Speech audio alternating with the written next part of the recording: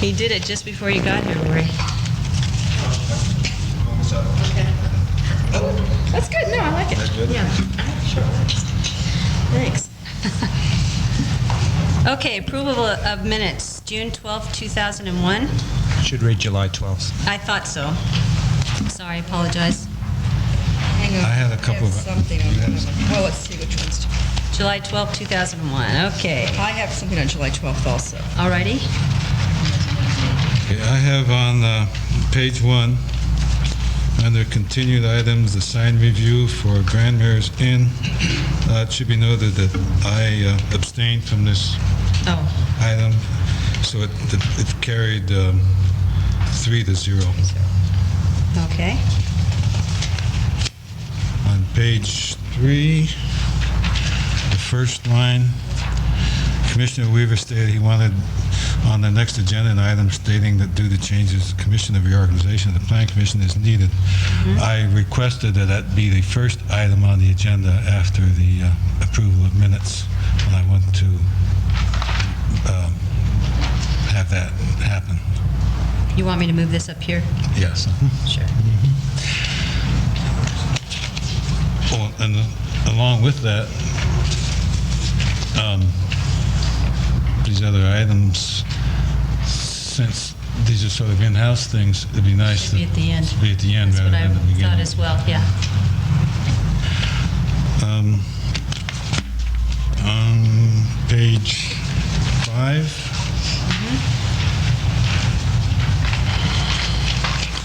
that first large paragraph, the last sentence, Mr. Weaver stated he is against the variance to build a new garage, but was happy to see the deck returning back to original. What I did is I pointed out that when approval was given 6 years ago to demolish the old existing garage, the owner at that time was advised that if somebody wanted to come along and build a new garage, they would have to conform to all of the setbacks and so forth. So the previous owner was advised of that very, very strongly. Yeah, I happened to be on the commission at that time. And then the last page, Commissioner Weaver stated he would like all unpermitted signs removed on the Sierra Spa building. I believe that was Commissioner Oberholzer's item. I was concerned with the signs on the consignments, unlimited, or whatever that, over at the parking lot building. Yeah, did that show up here?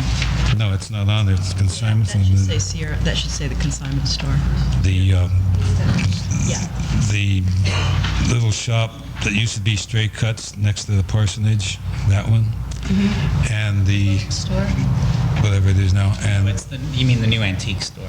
whatever it is. Rose or... Well, there's so many signs on it, I can't tell what The it is. bookstore is actually next to the parsonage, and then He's referring to the... that's the one he means, though. Yeah, what's that country? But he brought all three of those up, so.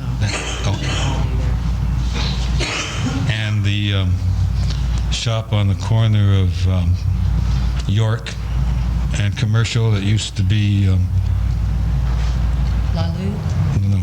is that what it is now? No, it's Serendipity. Charlotte's It used to be Place. Charlotte's. Oh, Now Charlotte's. it's with all those banners and things Oh, that they are were out up in there. the other building on Lower Commercial, yeah. But as much, Spirit. Spirit House? it's actually a visual hazard when you're driving up that street. The flag things? they Yeah, have flapping going all on over out the place. Yeah. So that's all I had on that. And I have a couple of things. On page 4, 1, 2, 3, 4, 5 paragraphs down, motion by Weaver recommending the city council consider a civil penalty ordinance. I think part of the motion was to pass that recommendation on to the city council. I wouldn't expect that they would hear about it any other way. And as I understand, there was a big discussion of this the other night, and I don't think anybody let the city council know of our recommendation. I think it would have been a good night to begin discussion of a civil penalty ordinance.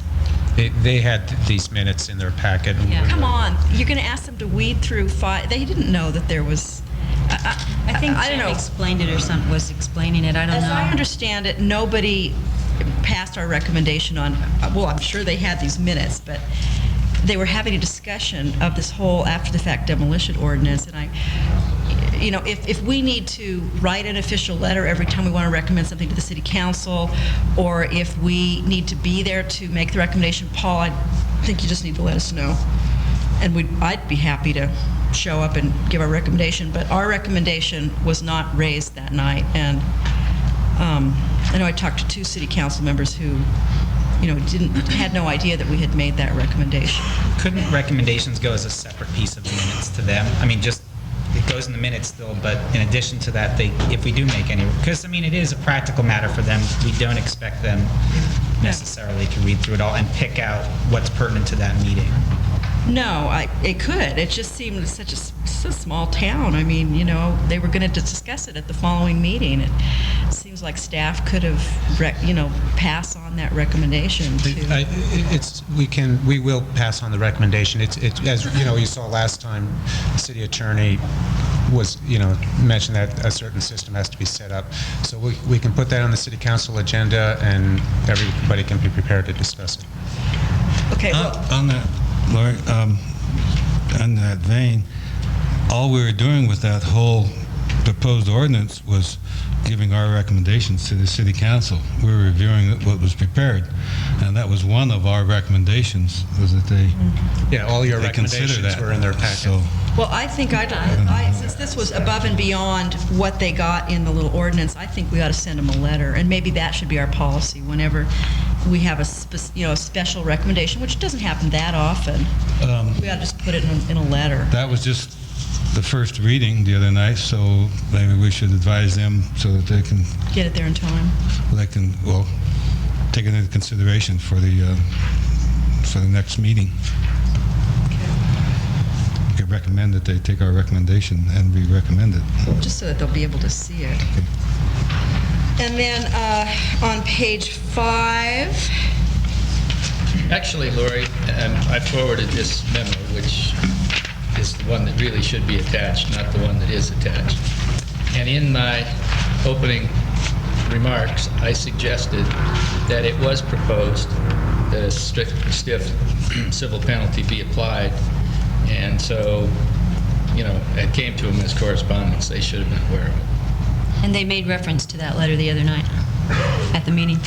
yeah, I just the 2 council members I talked to. It's not the same they as had- having the official stamp of approval, but it Yeah, was. I don't think it got passed on to them very effectively as a recommendation, since at least 2 of the council members hadn't even heard the term before. So Probably didn't read their package. probably didn't read their packet as carefully as they could have. But I think when we go so far as to make an official recommendation, which again isn't that often, that they ought to hear about it from staff or in a letter from ourselves. Or So Anyway. are we going to write a letter think, in yeah, regards to we this should one? write a letter, And since it didn't directing happen. Paul to do that? or one of us could write it. I'd be happy to write it. Okay. Well, the city attorney was here, and, Yeah, and he was. you can write the letter, but I'll just tell the city attorney that this is on, so he can also talk about it. Okay. Since the city attorney is sitting in the audience, can we just make mention of it to him now? Then you don't have to write a letter and just say, Mr. City Attorney, would you please follow up on that recommendation? I will. Okay. I think we ought to still write a letter. Okay. Go ahead, Didn't Lloyd. work last time, so. And then on page 5, underneath the 3 little asterisks near the bottom of the page, Holzer stated she would like the landscape ordinance and the architectural review thing agendized. This is the second time I asked for it, and I just, as a reminder, it again did not appear on this agenda. And the reason I've been putting these things in the minutes is so there's a record of the fact that I asked for it. So That will be on the August 9th, and you'll have in your packet the current regulations. So we August all 9th have a for that copy one? of the. We do have copies of the regulations. So. Put together a special packet. And then the only other thing was this attachment. Was this the wrong attachment? Yeah.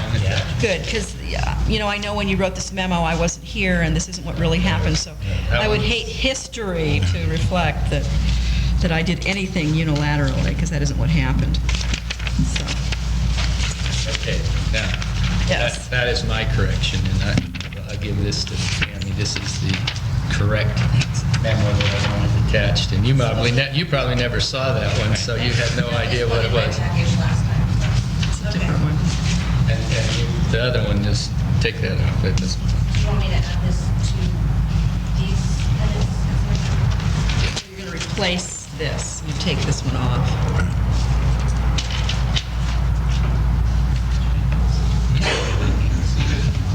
I had, one real minor and then a few others. One is Tammy, my last name is A-C-K instead of A-K. I don't have a nameplate here yet, so you wouldn't know that. Another, on page 4, 1, 2, 3, 4, 5, 6 down, Commissioner Prusak stated he would like the commission to view other alternative penalties. That was not in reference to demolition. That was in reference to people who get a building permit and then go against the permit. That I'd like us to look for, not just look at demolition, but start looking at other violations of building permits and what recourse is there for that. Microphone, I really can't. Oh, I'm sorry. I was saying that in the minutes, my reference to alternative penalties was not in reference to demolition permits, but in reference to other violations of building permits done by people with permits to build. And then on page 5, about 2/3 of the way down, Commissioner Prusak stated he would deny the proposal even if the fire issues were worked out. What I had actually said before that was that it seems that we've already spent staff time and money, and the letter from the fire chief is clear, and if it's going to cost us more money to have him come back, then I see there's no reason to continue the item. And that's it.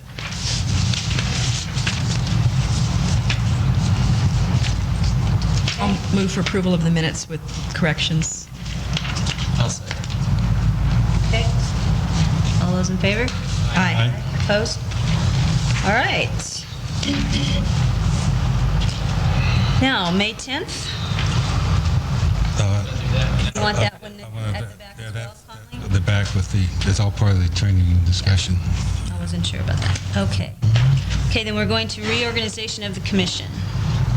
Discussion and possible action for reorganization, On July 12th, Commissioner Weaver requested this item because there is new membership on the commission. Okay.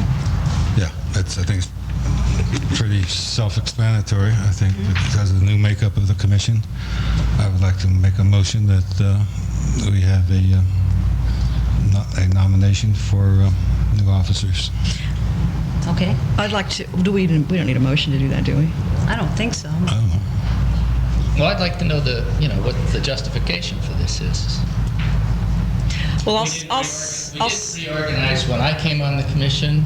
We didn't reorganize when Connelly came on the commission. We reorganized when Connelly came on the commission.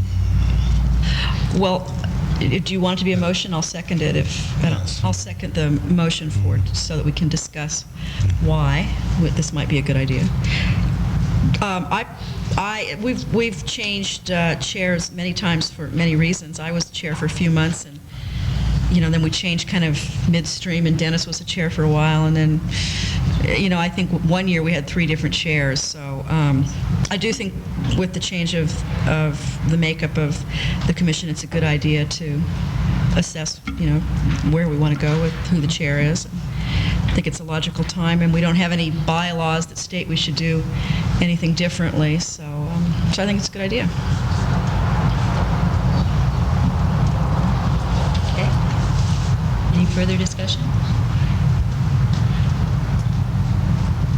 All right.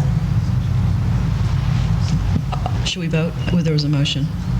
To vote For a motion to. reorganization? Well, I thought you didn't make it a motion. No, I seconded it. Oh, okay. I apologize. So we're just going to vote on Okay. whether or not we should vote. Okay, whether we should vote, whether we should have a reorganization. Okay. All right. All those in favor? Aye. Aye. Opposed? No? Okay. I'd like to nominate Connelly. He's got years and years and years of experience, and I don't want to do it, so. That's a good reason. So So, and even though I've got some experience, I like not being the chair. So, and I think Connelly would do a great job. Does the nomination need a second? No, I think you just make nominations. Okay. Do we want to vote? Unless there's any other nominations. I'm not going to nominate anybody. No? Okay. All those in favor? Aye. Aye. Aye. Opposed? No. Okay. Okay. Now, what about vice chair, guys? Oh, I guess we should do that too. Oh, first we'll Want to move over? move over first. I get to sit next to Lori? And draw numbers. No, that's fine. No, just kidding. Never sat next to Lori, I've always been on the other side.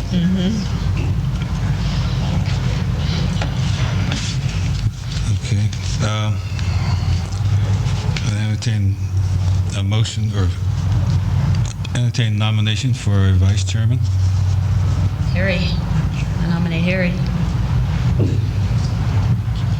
Well, I think as long as we're having our little reorganization, you ought to do it from the top, so I'm not going to accept that. I didn't think so, but, okay. Well, I'd be happy to take it. I've been vice chair lots of times. It doesn't entail too much. No, not usually. I'll second that. Okay. Any discussion? All in favor? Aye. Aye. Aye. Opposed? Okay. Vice chairman. Okay. Now, I ask that the two items that show on the agenda, one, the approval of the minutes for the May 10th meeting, and the item review of the 80-unit Broad Street project be relegated to the end of the agenda so that we can get the public items out of the way so that the people don't have to stay here if they don't want to. Okay.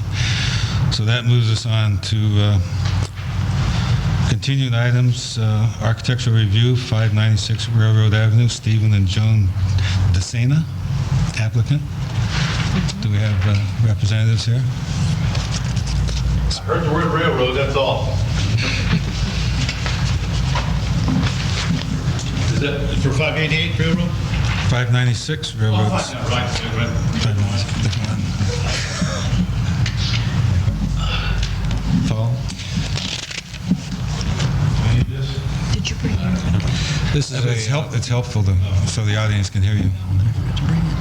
Well, this is a proposal to continue the development of the Railroad Subdivision. These are undersized lots. This particular lot is 6,943 square feet. The home would be 1,619 square feet as proposed, with a 400 square foot garage. Lot coverage is 31%. That's pretty much my report, and anything you want to add, please do. Did you say 16? It was 1169. Let's see what happened there. 1169. Yeah. The second floor was 450 Oh, yeah, square but feet. that's totally unfinished. That's going to be unfinished.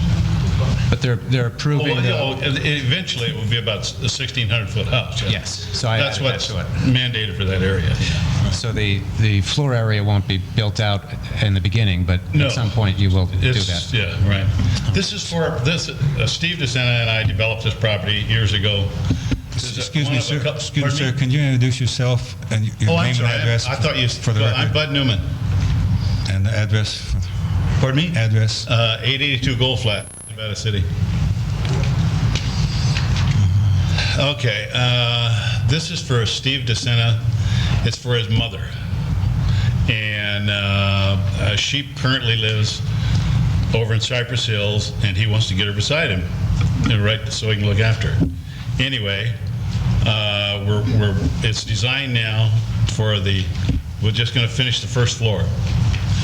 And then when time passes, they'll finish off the second floor, and it will be the 1,600 foot, that's allowed for this area, for that area. And other than that, it's just a little framed house with an attached garage.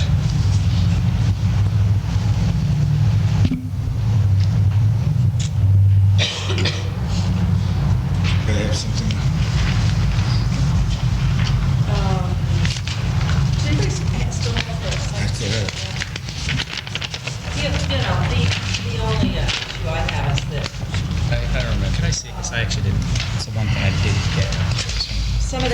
they're looking absolutely exactly alike over there, which is something our design guidelines guide us not to do.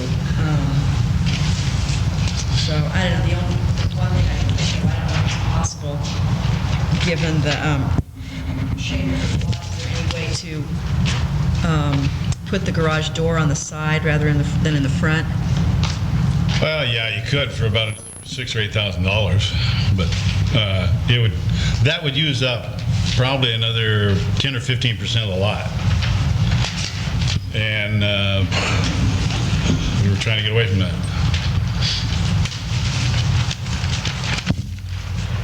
I remember it. Should have jumped in the motion. Why would it cost that much more? Well, you're gonna have to grade it. You have to take it down. See, you're driving straight in as opposed to coming around, and there's about a 6% slope, and you probably have to take it down another 4 feet.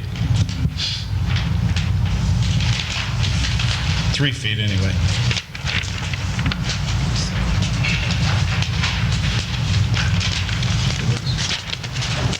Just what does everybody else have to? I think we ought to approve it and let them go home. Yeah, my feeling is that I agree with you, Lori, on the one hand in isolation, but my feeling, and this is not a slight on the development there, but my feeling is that the development is not consistent already with the general plan and the design guidelines, the way a lot of the houses were constructed there, architecturally speaking. Pardon me, where? In that subdivision, in the railroad. The other houses that Every one of them meets I'm just, back, size, and everything. and I'm talking about design guidelines, though, architectural design. It's not a slight on you. It's just my interpretation of the general plan and the design guidelines.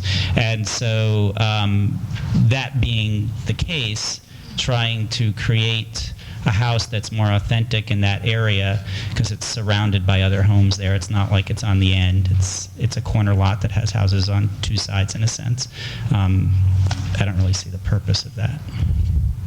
The house right adjacent is it doesn't have the gingerbread, but it's a traditional looking house. The last we did down the street is a traditional looking house, and it has some gingerbread. Well, I think that, the houses are pretty traditional looking and generally look nice. I think where we've fallen down and I don't even know if we even thought about it as we were going along, but as we approved each individual one, I don't think we were thinking about making them look different. That's where I think we fell down. And I once again, I'd like us to start working a little bit more on making garages less visible in new.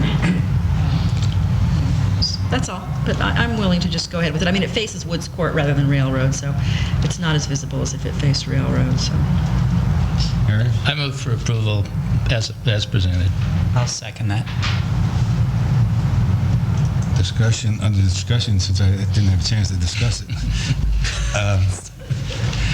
As far as the garage facing the street, when you get into something like a cul-de-sac that we have here,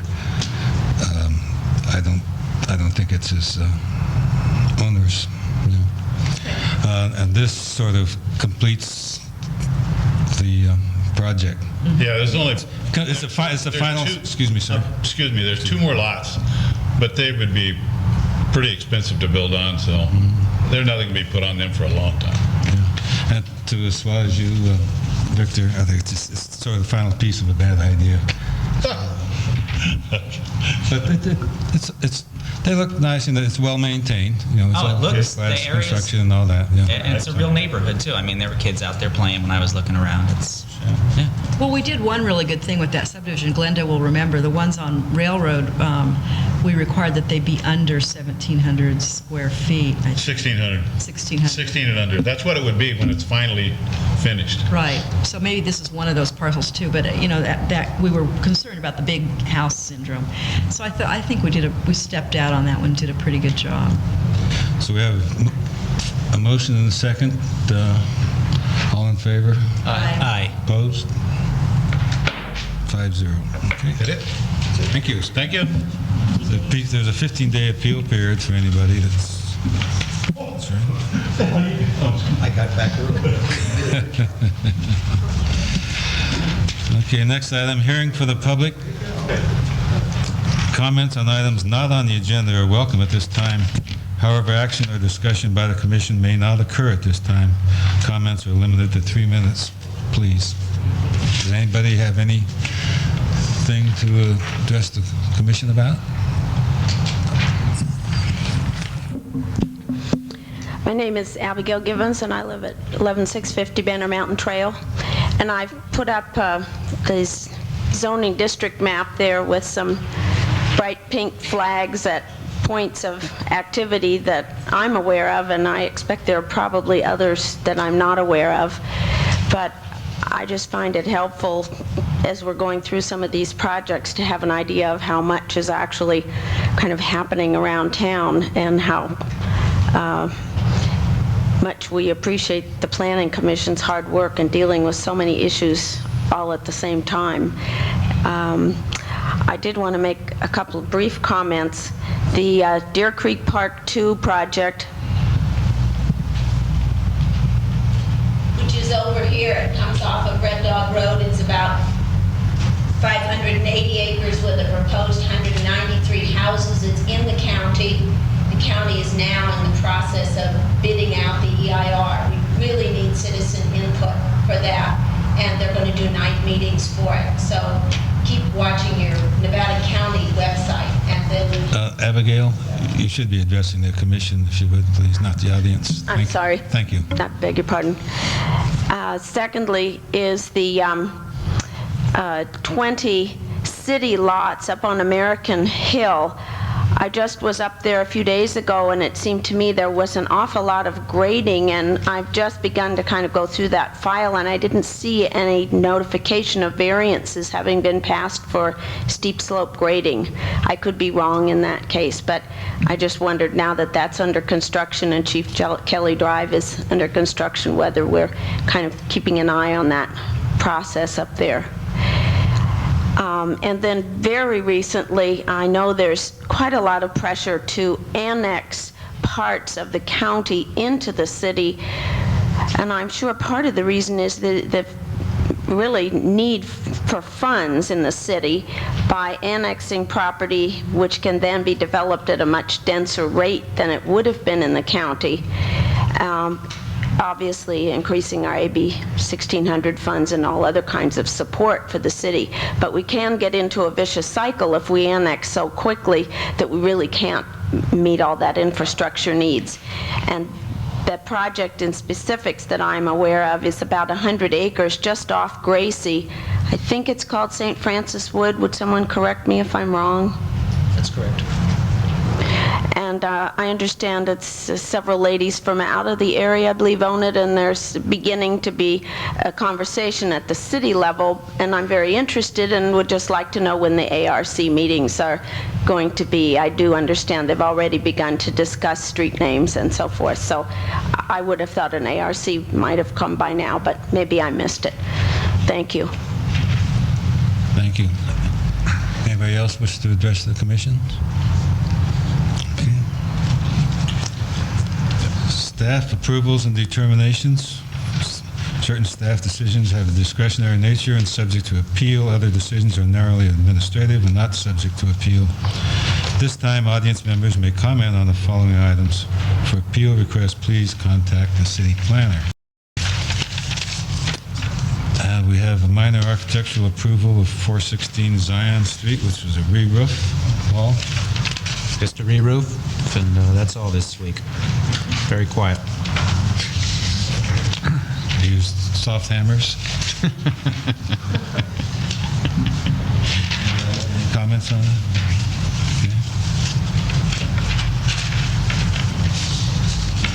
Okay, new items. Tree removals. 648 Zion Street, Miners Group applicant, Randall Frizzell. Is it Frizzell? Is Mr. Frizzell here? Or anybody representing? I'd like to put this one off anyway, because I couldn't quite figure out where all the trees were. Probably if I'd had more time, I could have, but this map doesn't have a north arrow or any kind of arrow, and It also doesn't show where the street is. I think I finally figured it out, but it was hard. If you read in here, it was hard. But if you read in here, kind of. Well, we will continue this item since there's no So, representative. Laura, are you asking Tell that me, the... where is the street? This is the back of Miners. The back of the building? That's the back of the building. So parking Zion lot is out here? Yeah. Parking lot curls back So that's around that other reward? house. That's reward on the right-hand side? Be over here. Okay. See, I had it backwards then. It's the far back corner. Aren't any trees in the front?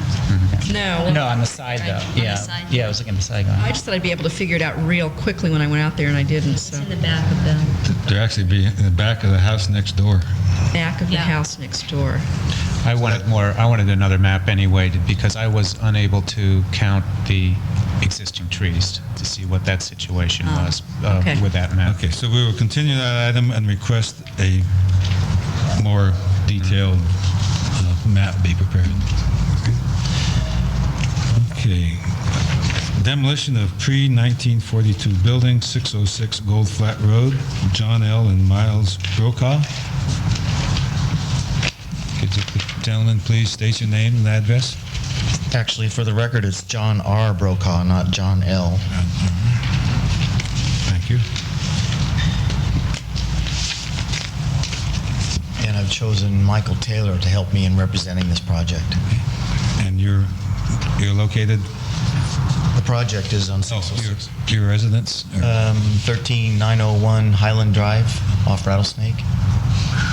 688 South Auburn. Thank you. Paul? This is an application to demolish an existing building that is pre-1942. As I mentioned in the staff report, that longtime local resident Joe Day recalls the house from his youth back in the 1920s and 30s. And since the packet went out, he provided a letter to the city, which I'll pass down. Looks like we've got plenty of copies for anybody in the audience as well. Simply to establish a date when the building was built. There is a letter by civil engineer David Long that states that the add-ons are poorly constructed with no foundation footings, and that is the structural report basically for this building. As I mentioned in the staff report, that's a typical situation for any of our older houses in Nevada City. The question of whether the building is unusable is not addressed in the application material, and that's a very important question when determining whether to permit a demolition to occur. As I mentioned during the Tom Stacer hearing at the city council level, Councilman Cottrell made the point that that house had been used up to the point that the application had been made for demolition, so he felt that showed its usability. Now, is Bill Falcone here? Did the city engineer show up? Well, he has probably an emergency. He might have an emergency at home, so we were hoping he would be here too. But anyway, that's the report that I have at this time.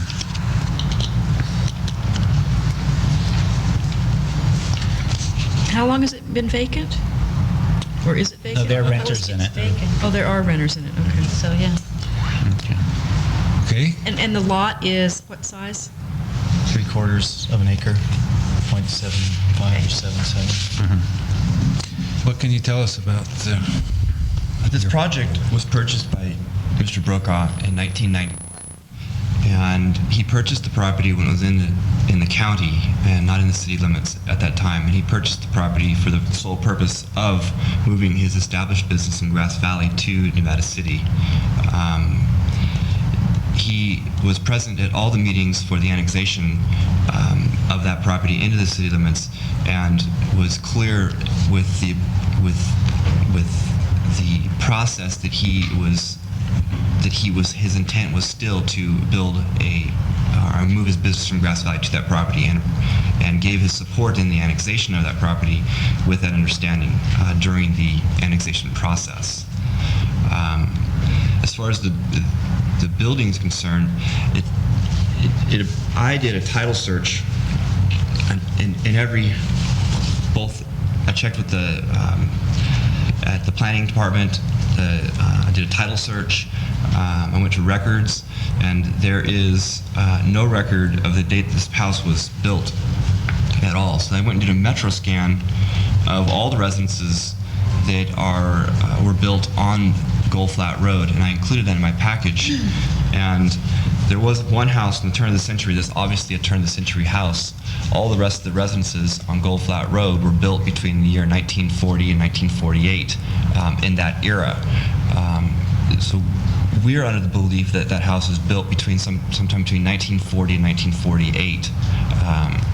I was not positive in the exact date of the building of the house, so I checked the box that said it, because it could be a pre-1942, because I'm not absolutely positive. As far as the house being built in 1920s, you can look at the design of the house, and it clearly is built later than the 20s. Then you have the Depression, so I'm left to believe that it was built in the 40s. With my background and experience, what it seemed to be built, the era it was built in.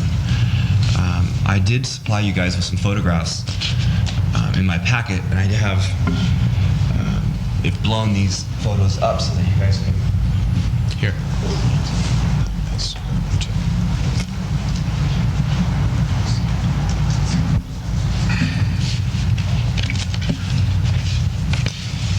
I was a subcontractor on the house on top of Broad Street on the renovation of that project, on the exterior part of the renovation of that with Bob Green.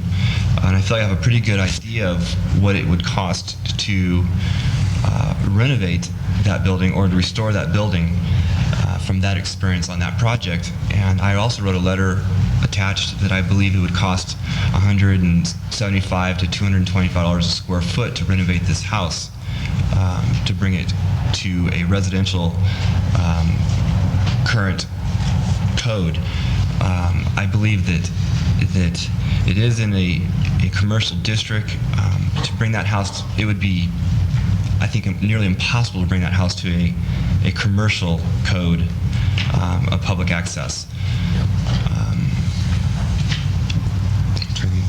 Anything else you need to add? I can't think of anything. I think you covered it there. Paul, was this industrial zone prior to the annexation? Do you recall? I know that was before you were aboard, but Burl's looking very astonished back there. What, I don't know what the zoning was prior to annexation. Just rural residential. It was clearly a commercial. It was M in the county. It was M whatever. Now it's L. It was M1. It was That does M1. make sense. It was M. I would probably agree with that. That, of course, was under the county zoning. It was M1 M1. at that time. Yes. and annexed in as L1. As light industrial. I should know this. What is your business? Import auto service. I'm sorry, I used to take my cardio all the time. I know. Actually, I do have something else to add. I definitely would be asking for I'm asking for the approval of the demolition of this building, but with the understanding that we would not demo this building until our entire project has been approved. And I've talked with Jack, and we are more than willing to bond the project at the value of the house.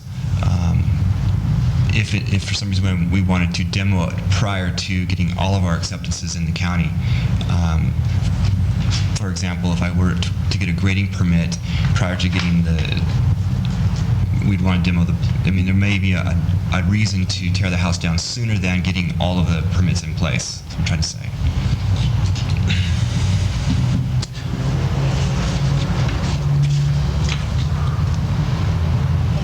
Looks like Paul wants to. Well, I'll just, mention that the issue of the, what Mike was just talking about is discussed in a letter that was included in your packet, where the city staff said that if perchance you got approval for demolition, that we would recommend as a condition that a bond be, let me see if I can find the In addition, it says, "I have discussed your request with city staff. Accordingly, if the planning commission does grant a demolition permit, your proposed condition of approval could legally be included as part of that motion." That is what Mike is suggesting, that he not demolish it until he gets site plan approval. In addition, staff would also strongly recommend that a bond for the value of the existing residence be posted as soon as possible. This is to provide additional assurance that under no circumstances would the building be demolished until such time as all necessary permits were acquired.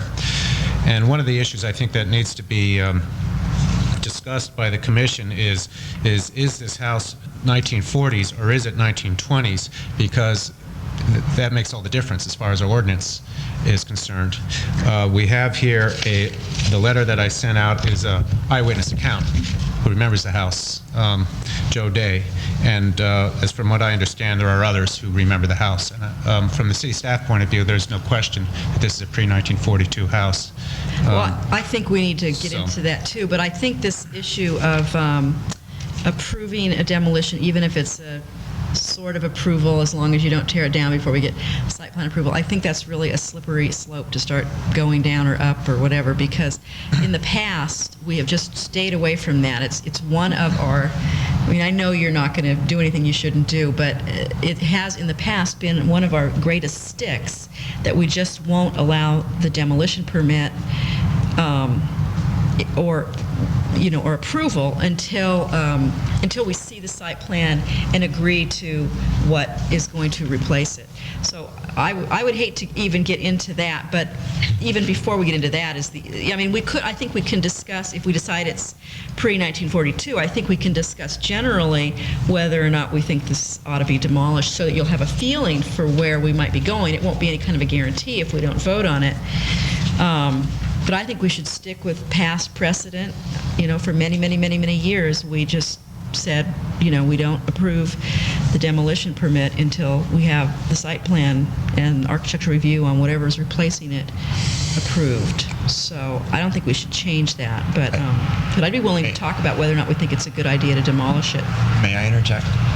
I don't know, are we doing a back and forth? Or? I think we're having our discussion right now. Oh, sorry.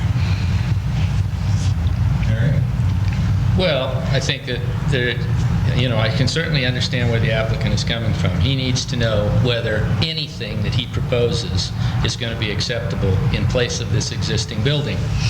And I can certainly understand why he needs to know that before he goes and expends a lot of money having a project designed, only to come back here and find out that he's stuck with his house of some questionable origin.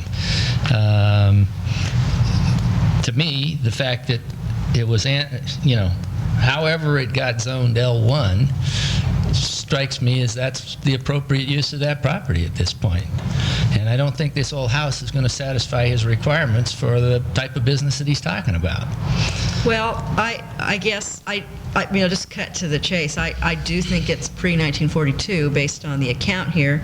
We have an ordinance that speaks to that. It's pretty black and white.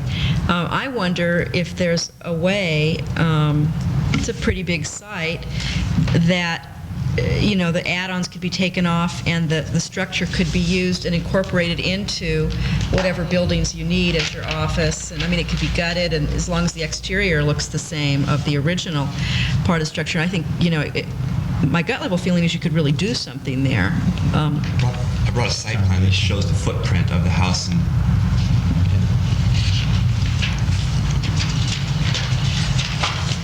Just because it's zone industrial doesn't mean our demolition, ordinance doesn't apply. Could Tammy notation on that? So, Lori, are you suggesting, though, that he could, after taking off those clear additions, that he could then add to the structure in the back? If you kept the existing structure, you could gut it and make it part of your office or whatever. Right. How come If you need more square footage, you could add to it. How come a partial demolition isn't a slippery slope? The house is sitting on granite rocks on the piers. There's no perimeter foundation. The floor is several different levels. How do you know when the additions were done?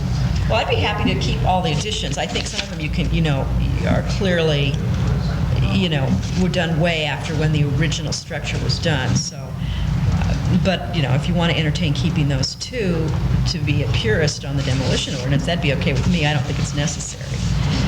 But Victor?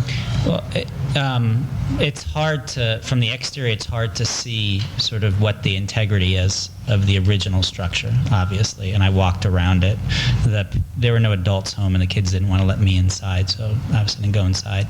But they did give me permission to poke around back and crawling underneath a little bit, and I don't have an iota of the building experience that you have. And I saw you working out on that house in the hot 100-degree weather there, and because I was living across the street at the time. But at the same time, we were renovating our house up on American Hill, and there's striking similarities when you get underneath. And again, without the experience in construction, I can see a lot of resemblances to the work that was done. Our house dates back to 1870s, but some additions put on 1920s, 1930s, some work, and I see a lot of similarities there in the kind of wood that was used and how it was hewn, etc. And I know that the later you get, that really starts to change because the machinery changed. So I have a sense that it's older than the 1940s as well.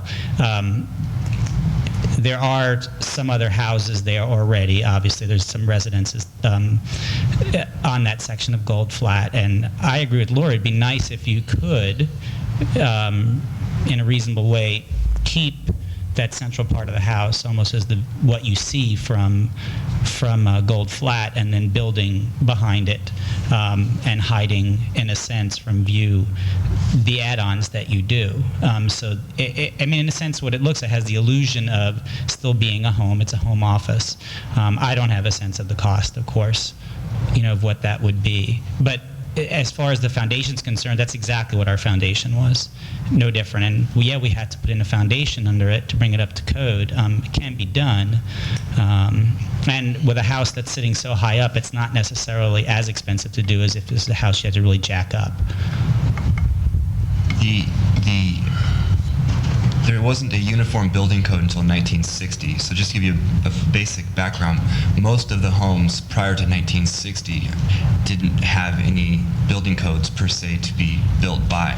If you look at that home is actually built from another home. They used wood from another residence to actually build that home. So they tore down a building somewhere else and then put that one up with the materials that you're looking at underneath that house. So I do believe that home was built later than in the 1920s, and whether it was before the Depression or after the Depression, I couldn't tell you. It might even be a Depression house in the sense that they were using an old house. What they could. Or, Yeah. The other thing, the property is zoned LI, and the very first thing that talks about in the LI zoning is an auto repair. There would be no way to incorporate a auto repair station with a residence. Jack only needs 200 square feet of office space, not 1,200 square feet of office space, at a cost of $200,000 or $300,000. So the cost factor, which goes back into your guys' ordinances, I think becomes a factor as well in this. That it's not it doesn't justify spending that much money to create an office space, and I really don't think that house actually you could even make it public accessible in the sense of where the bathrooms are located and the kitchen's located, and it would be a major project to make that the bathrooms and the office for his adjoining business.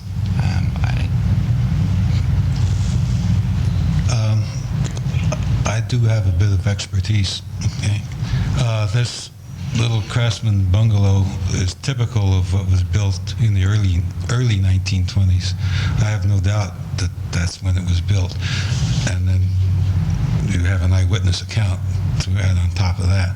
So I don't think there's any question on the prior to 1942 question. Hopefully, our city engineer is supposed to be here tonight to give us his input. We do not have a report from him, and I think it's very essential that we do have a report from him as far as the feasibility of whether or not the structure is sound for continuing use. And I wouldn't want to make any decisions until we did have input and report from the city engineer.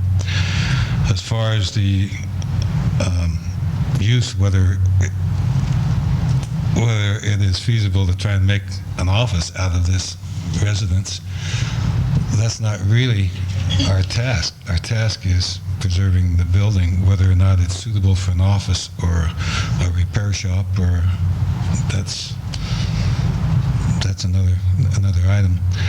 And I certainly would lean far away from issuing or granting any permits for demolition prior to approval of site plan or development application. That's, as Lori said, that's a long, rocky road to go down. I would never want to entertain that.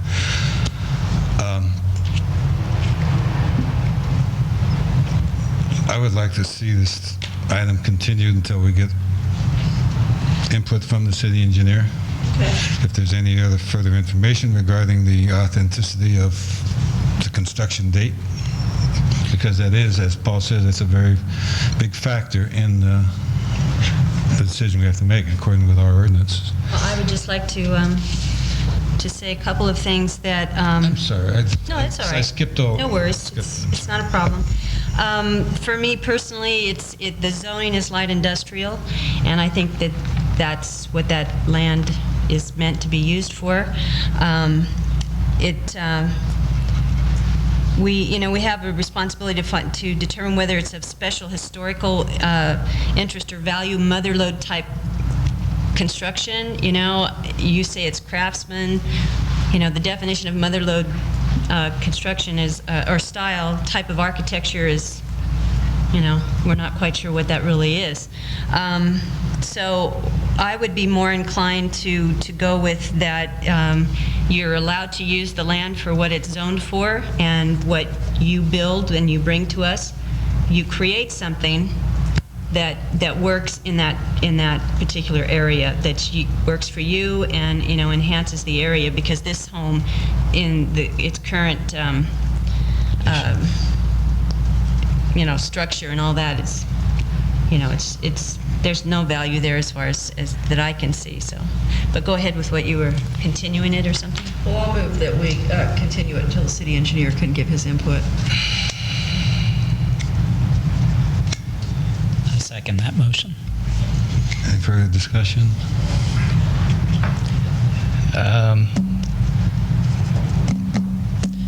Yeah, I was going to save these comments for a little later because I think they pertain to the item that we're going to finish up with tonight.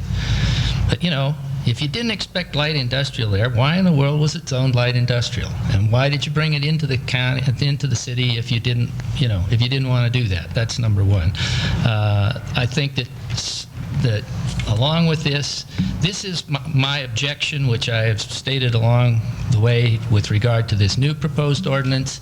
It's whatever it is, 8901 or whatever, that extended the historical district arbitrarily on pre-42 buildings.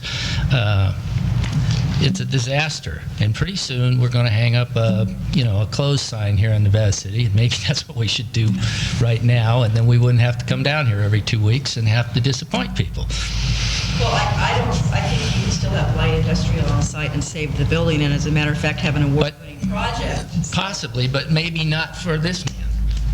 And since it's his property and he wants to do something with it, I'm having a real difficult time with this thought process that says that this thing has got to be saved just because it may or may not be built before 1942 and Joe Day may or may not have grown up across the street. That hardly makes it significant in my mind. So, anyway, we have a motion and a second, I guess. Lori, on your motion, how would you fit in the discussion on issuing a permit for demolition prior to approval of a site plan or development application? I guess I just wasn't even going to address that issue right now. If we feel like we need the city engineer's I don't know. I don't know that we need the city engineer's input, actually.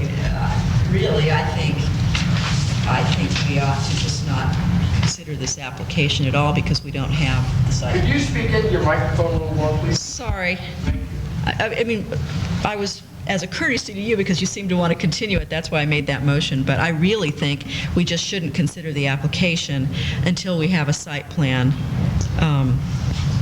at the same time. And I think Mr. Brokaw probably gets the feeling that there's a majority here that probably don't want to have the house demolished. So I would think if you come back with a site plan, it might be a good idea to have at least one of the alternatives be a site plan that incorporates the old, the core part of the old house into the office or whatever. I mean, that's what I'd really like. Did you second it? Did we have a second on my motion? I second Yeah, it. a second. So, I mean, I'd be happy to make that motion instead if you'd like to withdraw your second. Sure, I withdraw. I'd like to just clarify something, Mr. Chair.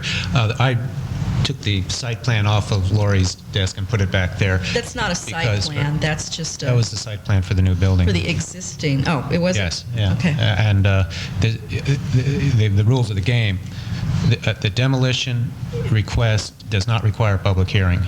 A site plan approval does require a public hearing, so no site plans can be reviewed even on a preliminary basis without due notice. And just so the applicant is clear on that, so just want to be clear on what the rules are, and that's why I did remove it from her. Well, right, that doesn't have anything to do with what we're talking about right now, Well, though, so If you require that this we'll have to get demolition this application in. have a site plan, that means that more applications will have to be made and the public hearing would have to be noticed. Right.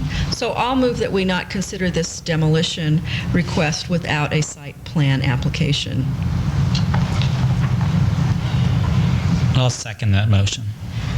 Any further discussion? All in favor? Aye. Aye. Aye. Opposed? No. 3 and 2. Thank you. 15-day appeal. 15-day appeal. 15 days appeal, well, we didn't do anything. So what's the appeal? We didn't deny We didn't do it. it. We didn't approve or deny anything, did we? And I don't think the application should have even been accepted at City Hall, to tell you the truth, but I think there is a point here, and tying the two together, I really would like a legal opinion on it. It seems to me that is two entirely separate issues, and tying the one to the other, I would question whether or not that really is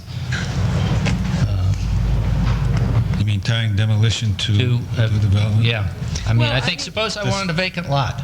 That's pretty typical wherever you go. It's a method that communities have to ensure that things just don't get torn down. Suppose I'm the owner Not knowing what's gonna happen. of a public hazard, which many of these places are.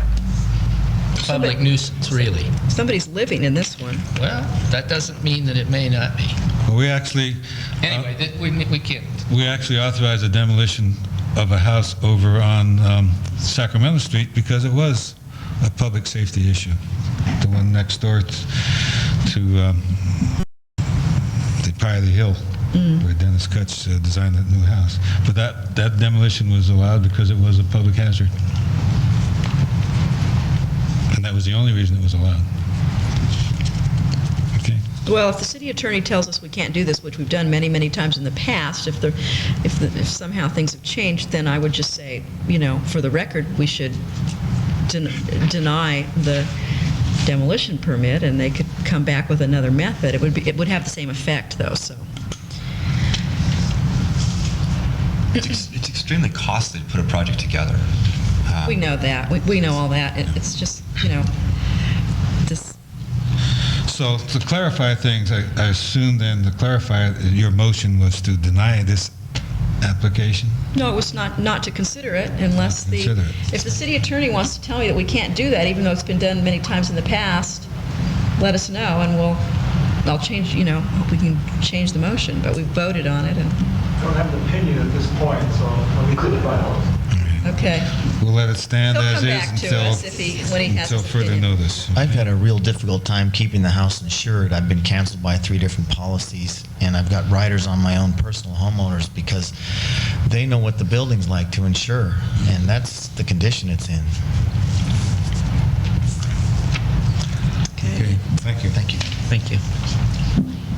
Okay, now we'll move back to two items at the top of the list. May 10th, 2001 minutes.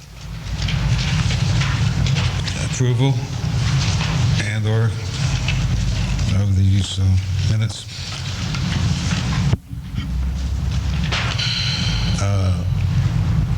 I would like to just kind of review what we went through. When, after we had our hearing on May 10th on the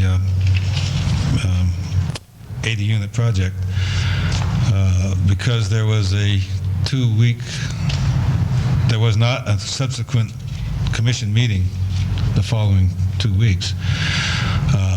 The minutes never were approved prior to the actual public hearings by the city council on this project.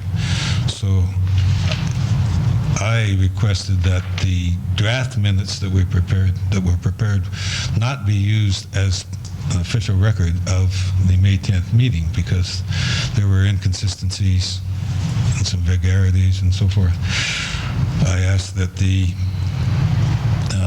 actual audio tape that was made during the hearing be used as the official minutes of that hearing. We have subsequently been advised that by the city clerk that in her opinion that written minutes are required. I believe maybe that was the city attorney's recommendation or advice.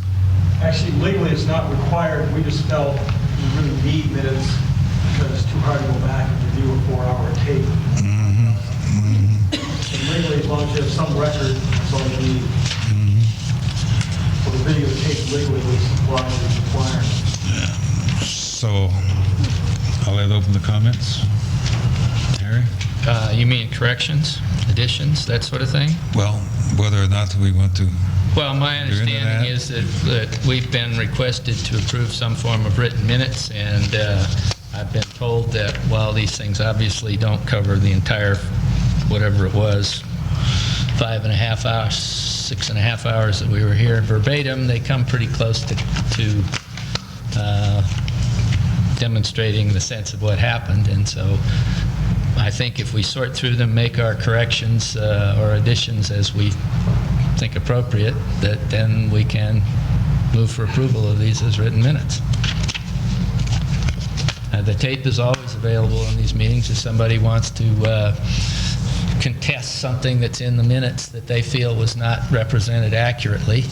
They can go back and avail themselves of the tapes, is my understanding. So, you know, I mean, we're just trying to, I guess, create a written document here. Okay? Victor wasn't.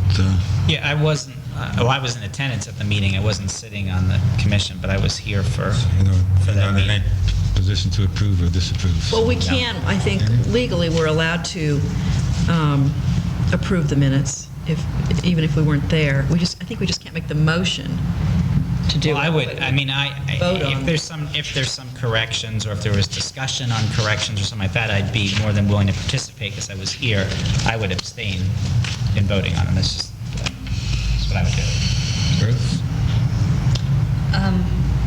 I think I agree with Harry. If Kathy wants paper minutes, then we should probably do that. But I don't know. Well, Connelly, are you prepared to weed through this and fix them? No. Or would you? I can't make myself weed through these things. Oh, so what you're suggesting is that for this meeting in question, that we use the tape as the actual minutes, and legally we can do that. I'm fine with that. Yeah, I'd like to stick with that. What will become of this document? That part of it will, we'll just have a notation that refer to the tapes, and then if anybody ever needs. Well, for some if this is reason- going to be around in any form, I want to, I want to get my corrections. Some of them are my usual nitpicky little things, and some of them are more significant. It's been a while since I went through this, but I got them all noted. Yeah.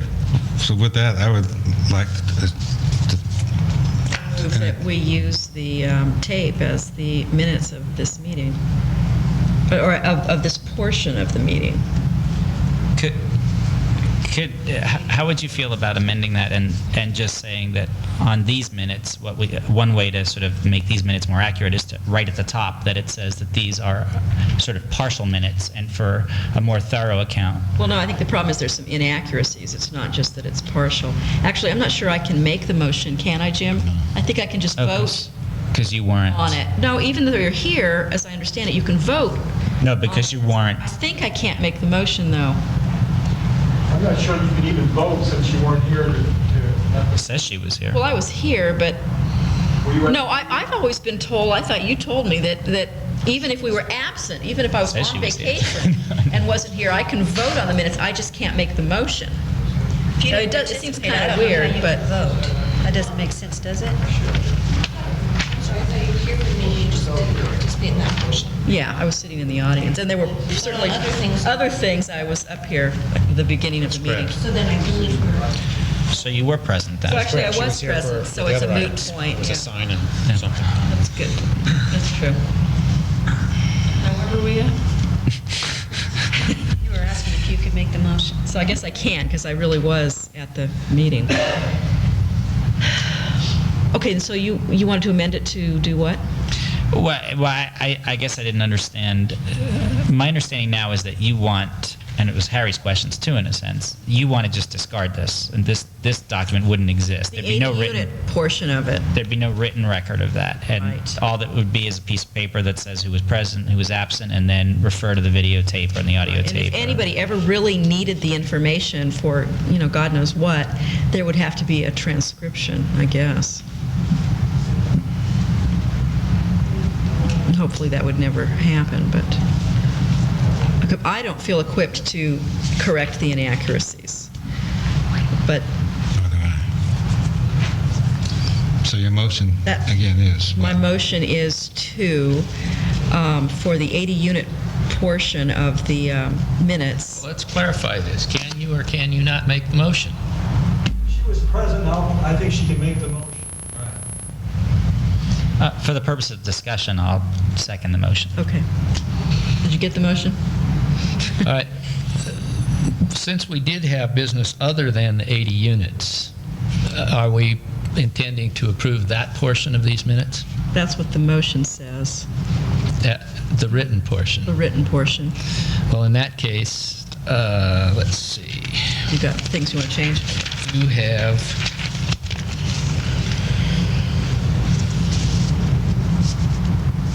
I have one item, I guess. It's on page 1, and it's right below Lori's proposal regarding the 35-unit proposal. And in that same meeting, we also, I made that we, a proposal that the makeup of the ARC should be agendized for a discussion. I remember that. And I think that, you know, obviously I'm at least as concerned about getting that discussed as Lori is about her 35 units. No, I'm more concerned because I've been at that one for 7 months. Okay. So, with that, I will move for approval of the written minutes down. It's already a motion. Well, I'm not, oh, I want to divide this then. Well, that's your That's motion. fine. I mean, I already had that in the motion, though, that, Yeah, but I don't want to, I don't think that I'm going to vote for the rest of the motion. Let's see what you're saying. So he'd like to separate out the 80-unit piece of this, for now at least. He wants to vote on that separately. I'm fine with amending that motion, and Okay. we're going to make two motions, basically, is all that means. The first motion is,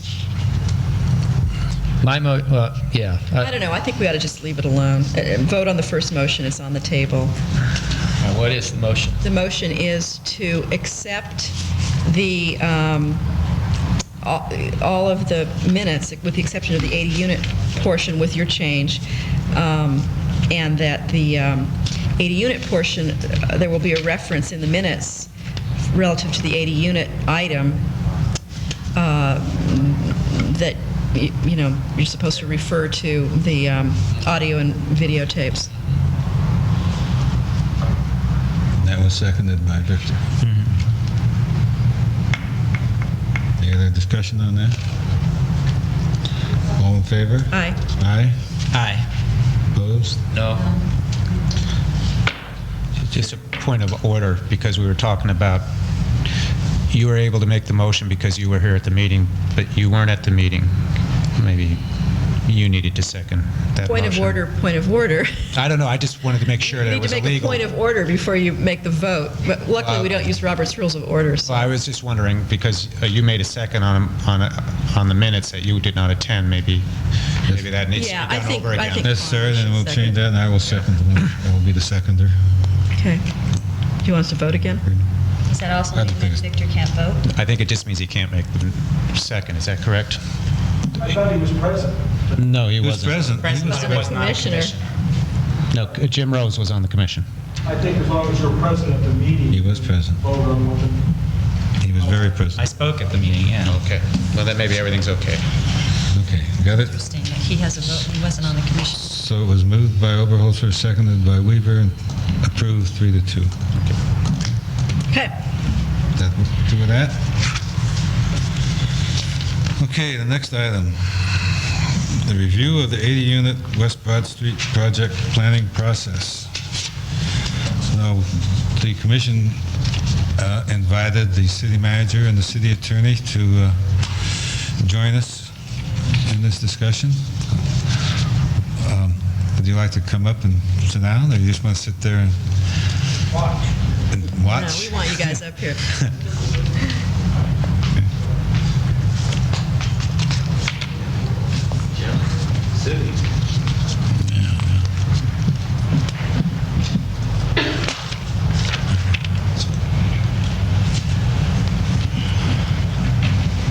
Welcome, welcome. Good evening. As we discussed several weeks ago, I guess it was the first commission meeting after the city council hearings on the 80-unit project. In fact, I'm the one that brought it up, that the commission received a lot of criticism the way the entire project was handled by the commission. And the decisions that the commission made. So we thought it would be advisable to have a general discussion of what happened, why it happened, and how could it happen in a better manner in the future. Well, since that's a viewpoint that's not shared by all of us, perhaps since you're concerned, where do you think we went wrong? Where do I think we went wrong? Yeah, you seem to indicate that you thought that the commission had done a terrible job with this. And you're Well, saying we, and who's we? I have a few ideas that might be helpful to improving our process in the future. But I would also like to, before we get into it, how are we going to organize this? Is the public going to speak at some point? I think there are a lot of people that came to those hearings who in the past haven't been to many planning commission hearings and kind of had quite an awakening as to what, you know, city politics and city planning are all about, and it may be that people out here would have some good input also. So, but I've got definitely have a few points that I'd like to bring up. Well, why don't you bring up your points and we'll take it from there. All right. The sort of the categories that I'd like to discuss are, you know, first of all, it seems like a lot of what happened, there was a perception that there was sort of a sloppiness in the process, that you know, applications were incomplete and ARC meetings were held without, you know, an official application, and, you know, lots of little things. And my feeling was that occurred not because of any fault of the city's process, but because at the very beginning of the project, when the developers came to the city, there was, on the part of, I don't know who, perhaps, I don't know, there seemed to be a bias for the project that that started these problems. And I think that's something that we should talk about. I think I'm a city planner, and I know when I work for a public agency, I try really hard to just be in the middle, not for or against a project. And so that's maybe something we can talk about, how we can avoid that perception of a bias when an applicant comes into the office. The other thing was the environmental review, and I think our environmental review process in general is somewhat weak, and unfortunately that really showed up on this project because it was such a large project.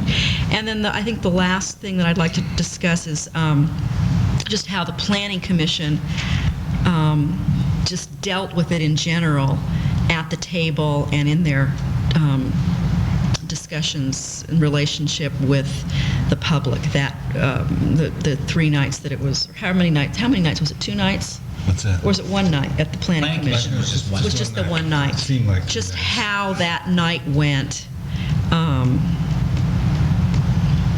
Just everybody's demeanor and how things were handled that night. I think there's a lot of people out there that didn't feel good about that, and so I think maybe that's something we could tighten up, in an area that we ought to talk about a little bit. So those are the 3 areas I'd like to generally discuss. Can we ask some questions along the way? We're wide open for discussion. With regard to the environmental review, what more would you have asked for? We had reports that covered. Well, I'll tell you what I would have asked for, and I did ask for it because as a member of the public, I went to the first ARC meeting, which there is no record of, I don't think. Maybe there's a half a tape or something, but I went to the first ARC meeting, and I think you were there, and then you left, and Ruth was there, and Jim was there. And I sat there and talked for half an hour about all the additional mitigation measures that should be added, all the additional studies that should be done, all the questions that were unanswered. And this coming from somebody who writes environmental impact reports every day. And there was just nothing that I said went anywhere. And again, I think that maybe was because there was this bias for the project. Let's get this thing through quickly. And I also think it's partly just our Nevada City process. I believe that when an applicant comes to the city and we do our initial environmental study, that if it's a project of any substance at all, we should be asking the developer to deposit funds so that the city planner can hire sub-consultants to help write that document. That's the way every other city and county does it. You don't let the developer go out and hire his own traffic consultant, his own archaeologist, his own biologist, and provide you the reports, because even if they're great reports, there's a perception of bias. And secondly, then the city planner doesn't really have anything that he can use to answer all the questions that he's required to answer on that huge checklist, and so questions go unanswered. Those are very basic things that every other city does, and there's really no reason why we shouldn't do that. In this case, probably it's a big enough project that an EIR should have been prepared. The community sort of dropped that request as things went along because I believe they just wanted to see the project go away. So, but the reality of the situation is that an EIR probably should have been prepared on a project of this scale. There were all kinds of, just questions still left in the initial environmental study that really weren't answered. And anytime you have those kinds of questions, Specifically, what questions? Well, specifically, there were a number of impacts that were noted in the initial environmental study that were still significant and unmitigated. And whenever that happens, you get bumped into EIR status. There were issues that weren't even discussed. Cumulative impacts were not discussed in many, many, many areas. And so that leaves the question, are there cumulative impacts? We didn't know. But if there's the question, that either bumps you into further study or a full EIR. And I think that there were enough inadequacies and enough questions that probably an EIR should have been prepared. And I think any time we get a big project, I don't think that'll happen ever again in the city. I think we've learned our lesson. I hope we have. Big projects with significant traffic impacts equal EIR. I hope that that's what we learned out of this. If I can just jump in on that, because I do agree with you, Lori, particularly in answer to Harry. I think specifically the city infrastructure proved itself to, we did not, this project would have had a significant impact on the city's ability to serve, to continue to serve the level of service it's serving today. Well, then... ARC, we didn't know that. We did not know that at ARC. We didn't get any of that stuff. But that's, beside that, I mean, I'm just saying beside that, looking back. However, we did have questions we didn't know. We, at ARC level, we didn't know, and I brought those issues up. And Mr. Cogley, with all due respect, you never, to the very end, recommended a full EIR. I remember being in your kitchen and thinking that was the right way to go. But remember, we talked. I told you then that I thought an EIR was what we should have done.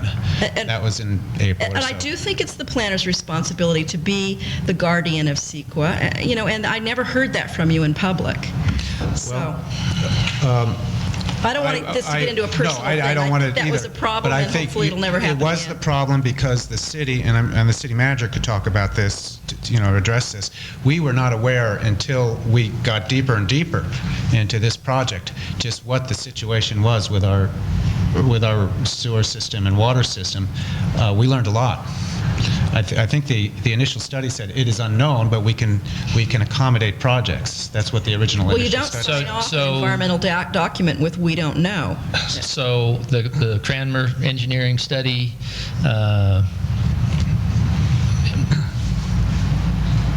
what you're saying is that you don't feel that was adequate, or that was correct or accurate. Well, I think that after what the city engineer and the public works director discussed on May 10th, and it was clear that this project needed more analysis in order to, there was... Well, okay, this is getting down to the point that I think I have. I mean, when you say that this reflects badly on the commission, I think that the problem lies somewhere else. Harry, I'll take it back to that Paul just mentioned, the input that we got from the city staff, from the city engineer and the public works director. After they made their very thorough presentations, discussing all of the problems that the city infrastructure would have, so forth, etc. You, the commissioner, asked one by one directly. And what I asked them specifically was, had they mitigated to the level that was spelled out in the negative declaration that was issued? And they said no, but everything else I saw says to me that they had. Now, what happened was that additional mitigations got applied as they went along.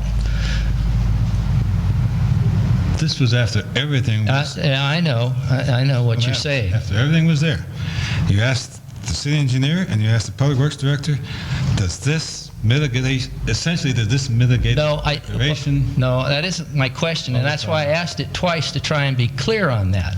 There was a negative declaration that was issued by ARC, mitigated negative declaration, and that spelled out what the mitigations were to be. And that was issued. So somewhere along the line, somebody had to approve that.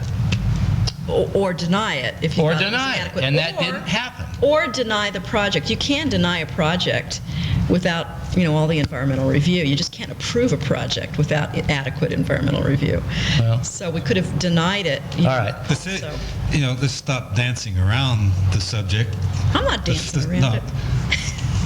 What happened was the city engineer and the public works director, after the presentations, were asked directly, essentially, does this mitigated negative declaration solve all of the problems that you have? And the answer was flat no. No, I don't agree with you, Connelly. What Play the tape. what I believe, my question is had they agreed to do what was required of them to mitigate the impacts in the mitigated negative declaration? And what they answered was, is this solving all of Nevada City's problems? And there's a big difference between those two. And where the problem lies is that they weren't quick enough to figure out what the problems were on a project of this size. So even if that was the problem, from sitting over there, what I found shocking was that, because I didn't know the subtleties of that, Harry, I didn't understand that, that I still don't. at the ARC meeting, things were laid out, those things were mitigated, and now new things came up. But from the public, when I'm sitting there and I'm hearing our city staff, who are the trained, paid people to give us this advice, tell us no. As the public, I assume the commission's going to vote, continue this item, deny it for now, whatever, but not approve it. That's what I found shocking. Well, it didn't get approved, in fact. Oh, the negative declaration got approved? Oh. Everything got approved except the site plan. Yeah. It was, and that's the public, that was the shock of the public. And I came and addressed City Council at the next meeting and said it was a surreal experience. And the main surreal part of it was that as a public person, we were hearing from city staff that there's many reasons why this project should not be approved the way it's written. And yet 3 out of the 4 commissioners were approving everything except for one of them. I mean, in the material I got, they agreed to fix the sewer system. You can't expect them to go out and try and condemn the property that's going to be required to put the sewer in. The city's got to participate in that, and I noticed that there was some reluctance to do that. They agreed to put the extra water line in to provide the additional water on the assumption that, like when you have PG&E extended, that as other projects come along, they would get reimbursed for that advance. Which was going to be in addition to the water improvements that they talked about with regard to the size of the tank, et cetera. It just seemed to me like the target was moving for them all the time, and they didn't really, didn't seem like there was anything that they could do that was going to be enough at the end.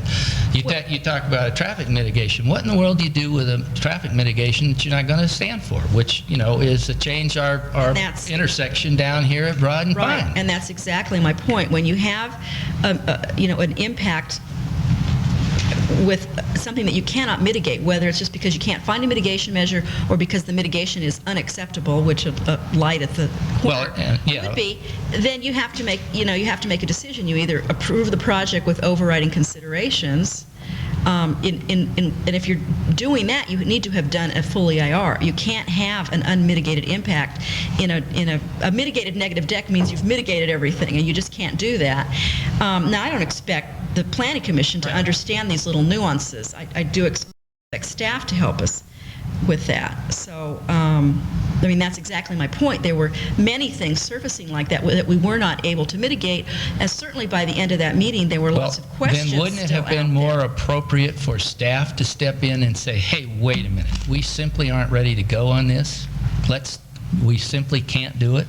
I think it would have been appropriate, and this will happen again, possibly in the future. Right, and that's my point, is that there were 2 things that would have been appropriate when you have that many questions.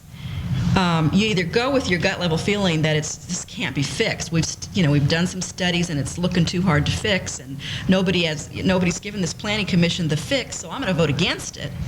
So you can deny it, or staff should jump in and say, we need some more work on this. I want to put one more little thing in here. There's, obviously we have different viewpoints of what the function of a planning commissioner is, but in my view, we're sort of in the middle. We're between the applicant and we're between the public. And then we have our rules that we're supposed to play by. In Nevada City, we're getting to be more like a town hall where you think you turn out the whole town and everybody's against something that should count. But in fact, our purpose here is not only to protect those people with regard to whether the sewer line gets fixed or there's adequate water and all the rest of that, but we're also here to protect the applicant from an abuse of power by the neighbors that say, we don't like it, we don't care what you do, you know, as far as we're concerned, you can't fix this. Well, I think you're wrong. Our responsibility is to our, No, our is to our public responsibility- and the residents of Nevada City. No, I don't believe that. I believe I know that you we don't are believe supposed that, to but- be in the middle, the fair arbiters of the ordinances. You said that yourself, to be in the middle.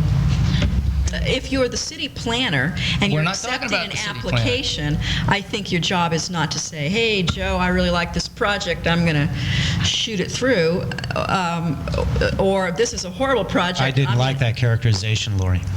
I'm not talking about you, Paul. It sure Or sounded the like opposite would be, you know, this is a horrible project, I'm going to do everything I can to get in its way. I think as a city planner, your job is to be in the middle. Well, In general, I right, wasn't and- talking about us. Okay. Our job is to make the hard votes, which means you're not in the middle. You vote either yes or no. Well, but what you should be voting on is, does this fit the ordinances? Does this fit the rules? Not whether it's popular or not. Okay, well, then that takes us into this whole subject of how the Planning Commission conducted itself. And I know it was a long meeting. I was here too. I stayed till the bitter end sitting out there, and you know, we were tired. I think it was really good, and I think we should always do this. If there's a crowd, you vote that night. I think that's really important. Well, the one thing... And I think that was good, and I don't think there was anything wrong with that, because All right. people want you to make a decision when they've stayed up I all agree. night. I agree, and I think That was good. And I want to amplify that. I think that the correct thing would have been not to discuss it, because there were items that we really did not have any information on. In fact, between the staff and the applicant, it's my understanding that they, on Monday, after the agenda packets went out, they were still revising things. Now, how are we supposed to know what kind of agreement they thought they'd all come to before it came to a meeting? And so, but being in this, in my mode as a fair arbiter, here we have an applicant that I have to assume was coming to the city in good faith and had made it known that he had a very significant deadline in order to arrange financing in this grant of $1 million, which is significant money.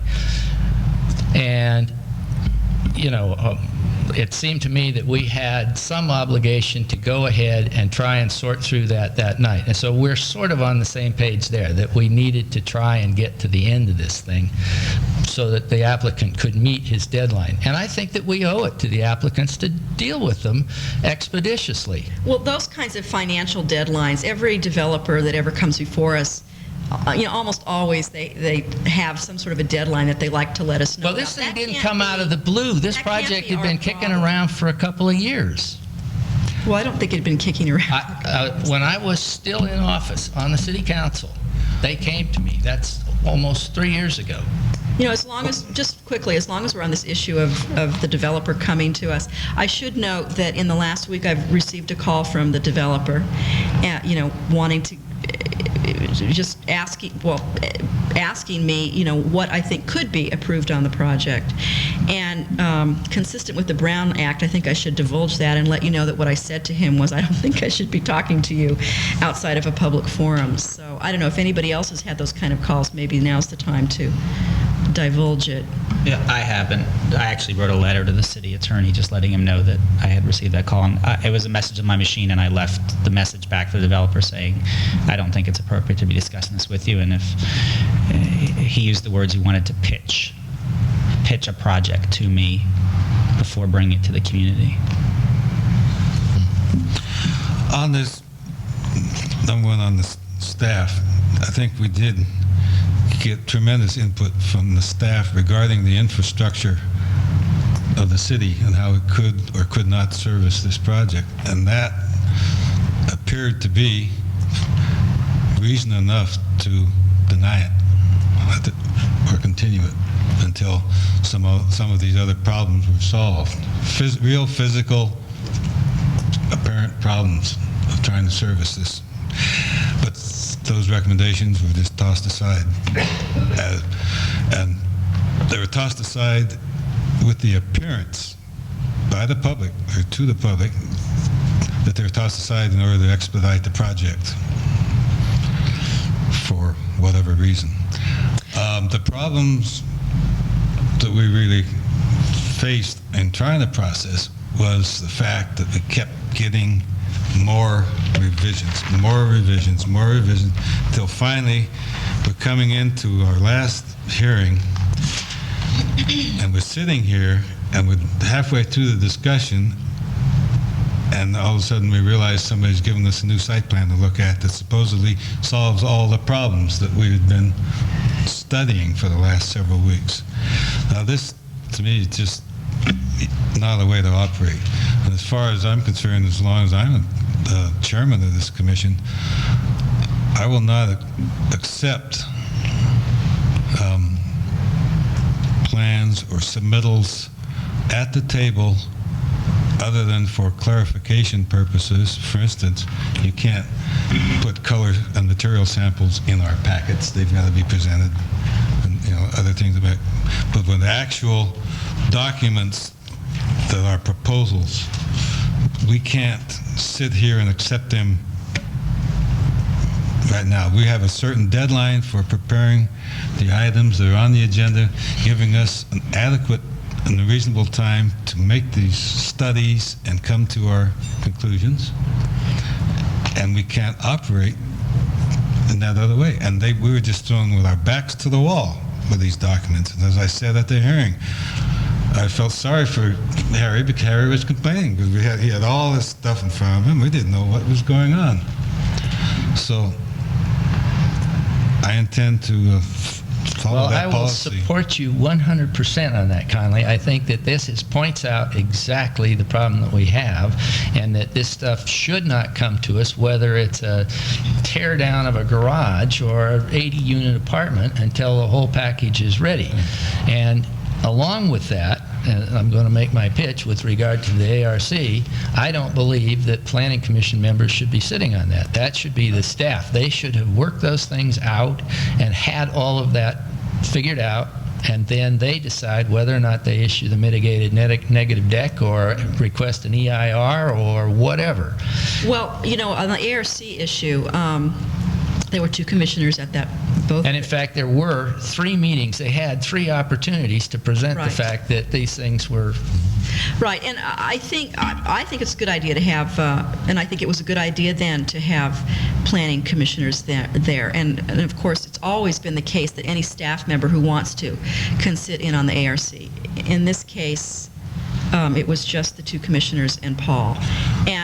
But I don't think it's wrong to have the ARC members there because or the planning commissioners there, not have them there because they're not technicians or whatever, and staff ought to be doing it themselves, because this is a perfect example. We had a situation where a very weak initial environmental study was prepared. It left all kinds of questions open. I had a half an hour of questions that I put to the ARC that had not been answered in this initial environmental study. The planning commissioners sort of act as a balance, because staff had written the initial study, you folks, whoever was on the ARC, had not, and so you can sit there, not being the authors and not being married to the document. Planning commissioners can sit there and say, wow, you're right, there's still some questions here. Let's work on this a little bit more. And I think it provides a good balance, because you have staff who's written the initial environmental study. It could be a combination of staff members who contributed to the initial study. By the time you get there, you're sort of married to the document, but the planning commissioners aren't married to it. The other thing has nothing to do with this particular project, but I've sat on many, many, many, many ARCs over the years, and there are many times when it's the planning commissioners who got the document better, who whatever had the political will or whatever to sit there and say, I want this, this, this, this, and this mitigation measure added. I've seen that happen many, many times, and it would not have happened if there was not a planning commissioner or 2 there.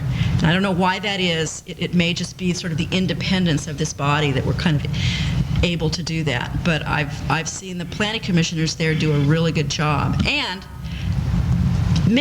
most of the time, the only people there are Paul and the planning commissioners. So I hate to see us fired for doing a good job.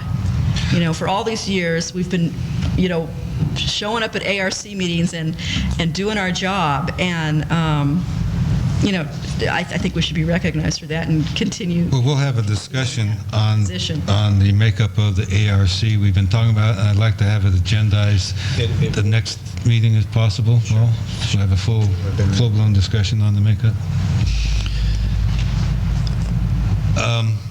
And on all that processing that I was talking about,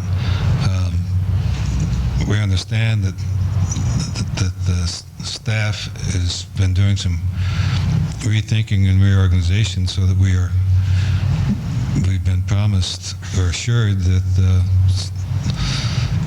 projects that come through, by the time they get to our table, they will be pretty much analyzed by staff, and all the input from staff will be in our packet, so we don't have loose ends like, well, the fire department hasn't looked at it, and blah, blah, blah.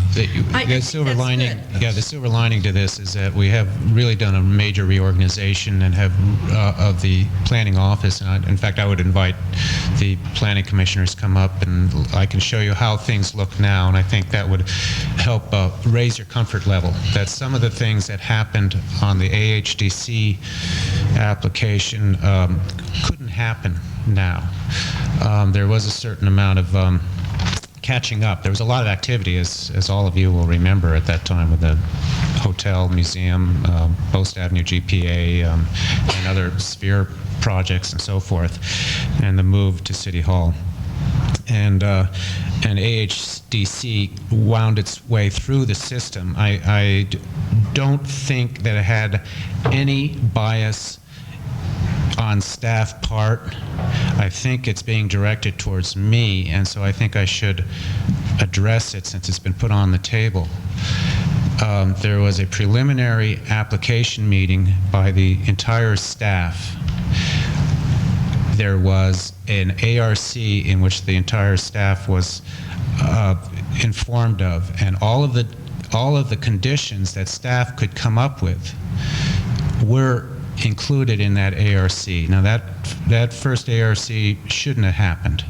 I absolutely agree that was something that was premature.